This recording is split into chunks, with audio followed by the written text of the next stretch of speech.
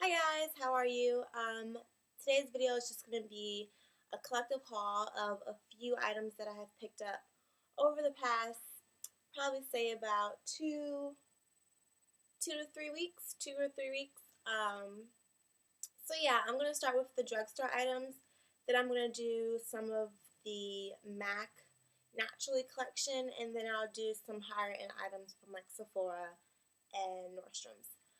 So I'm going to go ahead and get started because I want to make this quick. I feel like I always take so long to talk, and I don't want to do that this time. So first off, I want to just go ahead and get this out the way because I know everyone's talking about it and you guys have probably seen and heard about this item. And it's the Maybelline Color Tattoos. And I picked up mine from CVS and Rite Aid. I went on like a mad hunt. I had picked up a few from CVS and then I decided that I wanted to buy the rest of the collection. And I bought the rest of the collection at Rite Aid. And I'm just going to show you the two colors that I've used. I haven't used all of them. I do have all the colors, but I've only been able to use two so far. And I've used Bads of the Bronze, which is just a bronzy color. It's a really, really, really nice color. And I've also used Painted Purple, which is just a cream purple. It looks like it has shimmer in it, but honestly, I would say it doesn't. Once you put it on, I would say it's more of a cream color. And I mean, if you guys want to review, definitely let me know. Any of these items that I'm about to show you, if you want to review, just let me know in the comments below. But I know a lot of people are reviewing these. I mean, hands down, they're really, really, really amazing. They don't crease, and I have very oily lids. So, but yeah, if you want like an in-depth review, just let me know. Another drugstore item or new release are the L'Oreal Infallible eyeshadows. And I haven't heard a lot about these, actually. So if you want a review on these, let me know as well. And I got four colors. I got Continuous Cocoa, which is just a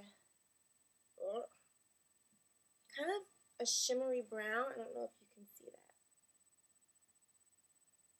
Yeah, that's about right. I guess I can swatch them. I don't like swatching stuff because it never shows up. And they're basically, I don't know, they're hard to like explain. I'm guessing they're like a pressed pigment. They're not quite an eyeshadow, but I'm not sure what they are. I'm thinking more so a pressed pigment because it has like a little stopper, and then you remove the stopper, and then there's the eyeshadow, and you can put the stopper back and then close it. So I'm guessing they're like a pressed pigment, and that's the swatch of that one. And then I picked up Sultry Smoke, which is kind of like a matte gray color. I tried to get colors that I don't have a lot of. Oh, it does have shimmer in it. I'm sorry. Whoa. That one's really pigmented. I mean, the other one was too, but. So that's the gray one.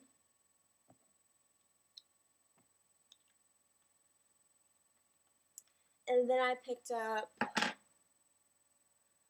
Midnight Blue, which is a dark blue with silver shimmer. I'm sorry, it has blue shimmer in it. So it looks like. And this one's like super pigmented. And I actually used this one time when I was going out with my friends, and it looks really nice with the purple eyeshadow. And then last but not least, I picked up Eternal Black, which is a black with silver shimmer. I don't have Black Tide, MAC's Black Tide eyeshadow, so when I saw this, I was like, oh, dupe. And I think this is actually a little bit better.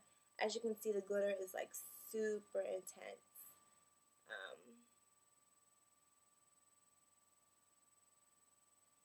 And it shows up really intense when you swatch it too. I'm going to go grab my hand sanitizer because I don't want to have to keep swatching this stuff. Okay, next from drugstore is I picked up the Maybelline Dream Bouncy Blush in Hot Tamale, which is this one. I've clearly been using this a lot. It's kind of, it's not really showing up on camera what it is. It's kind of like a hot pink, but it doesn't have any blue-toned bases or a blue tone to it. A lot of pink blushes have like a blue tone, even if they're bright. This one's very warm, and I love putting this on my cheeks. The only thing about this blush is that it is so hard to pick up the color. I've been using my MAC 109 to use it. I feel like you have to use a dense, if you're going to use a brush, use a dense brush, not like a stippling brush or like the MAC 187 or anything like that. You really need like a dense brush, like maybe a kabuki as well would work. There's something not quite right. Like the formula, I feel like they could have made it better. It's extremely, extremely sheer. You have to really pile it on your cheeks for the color to actually show. And it's really hard for the color to transfer onto your brush. The idea of it is really good, but I really wish they could have taken more time to make the product a little bit better. The color is amazing. I think I will repurchase this just because of the color, not necessarily of the formula. It does last about 4 hours, 4 to 6 hours. I wouldn't say this is a long-wearing blush at all. I love that it kind of goes on as a cream and then it kind of, I guess, sets as a powder, and it really gives you a nice glowy look. I mean, I definitely think it's worth trying. I just wish they could have made the product a little bit better. Okay, so that's it for my drugstore items that I picked up. Now I'm going to move on to some of the MAC stuff that I picked up from the new MAC Naturally collection. And I picked this up about 2 weeks ago, so I'm pretty sure it's still out and still available. I don't think anything sold out. At least my MAC, no one seemed like everything was still there. So yeah, I picked up the MAC Mineralized Charged Water. And this is the main thing I wanted to try. I have the MAC Fix Plus, and this, whoa! Ugh, I dropped everything. This one's really similar to it. I don't feel like it's anything different. I spray it sometimes before my makeup. I spray it after my makeup. It helps my makeup last a lot longer. And it does give my face, if it's feeling a little bit tight, a nice moisturized feel. Honestly, I don't think you have to like run out and go get this. I think it's really similar to the Fix Plus, which I love. So, yeah, it's just a charged water skin hydrating mist. But once again, I haven't used that often. It's only been like a week or two. So if anything amazing starts to happen to my skin, I'll definitely let you guys know. Another item that I picked up from the MAC collection is In the Sun, and it's a mineralized eyeshadow. It's basically like a cranberry color. It's really, really pretty. Actually a really nice color. And that's the swatch right there. I don't know if you can see that. I'm probably going to try swatching everything and putting it on my blog so that you guys can see the pictures a little bit better, because obviously I don't have the best camera in the world, and so a lot of these swatches probably aren't going to show up nicely. I also picked up Early Morning, which is one of the mineralized blushes that they had. I believe this is the darkest one, and it reminded me of Gingerly and Coppertone, but it has a little bit more pink in it, so that's why I picked it up, because those are my favorite blushes. And I mean, I love this blush. It's really, really nice, and I like that it doesn't have any shimmer in it. I love matte blushes, so then I can apply the highlight where I prefer it. I feel like if a blush has shimmer, it's like there's just shimmer everywhere, versus me getting a matte blush and then applying shimmer where I want it to be. So this is a really nice blush. Nothing to write home about once again. It's just like a pinky copper toned color. I also picked up Pillow Talk from the collection, and it's just a neutral brownie color. I really, really like this lipstick. It's a cream sheen, which to me, cream sheens are supposed to be moisturizing, but I feel like they're really, really drying on my lips. This one actually isn't that bad. But yeah, I don't, MAC's lipsticks are always drying on my lips, to me personally. But this is a really good color if you want to pick that up. And then I have two Back to MAC eyeshadows. Yeah, two Back to MAC eyeshadows. I picked up Coppering, which is, I mean, these are just, you guys probably already know about these. These are just basic eyeshadows. I just didn't have them in my collection, which is weird. You'd think that I would, especially because I love neutrals. And then I believe this is Texture. Yeah, Texture, which I didn't know had shimmer, but it does, and I like it. It's just a nice kind of orangey brown color. Good for all over the lid, good for the crease, just a good all over eyeshadow. Okay, so now I'm going to move to kind of higher end makeup brands. I went to Sephora and I picked up a few things, and so I'm going to show you those things. So Sephora came out. I've never really enjoyed Sephora's anything, like Sephora the brand's makeup. I kind of felt like it was really overpriced for what it was. It's the pricing is similar as MAC, but MAC, you know, has awesome pigmentation, like awesome color ranges, and I feel like Sephora brand is priced the same, and it doesn't give you that good effect, so I feel like I might have to just go to MAC. But they came out with these new eyeshadows called Prism Chrome, and I picked up two of them, and I'm going to go back for the burgundy one because I swatched these and they're literally amazing. They're really nice. They're big eyeshadows. They come with a mirror, and they're really, really pigmented. Oops, they're really pigmented.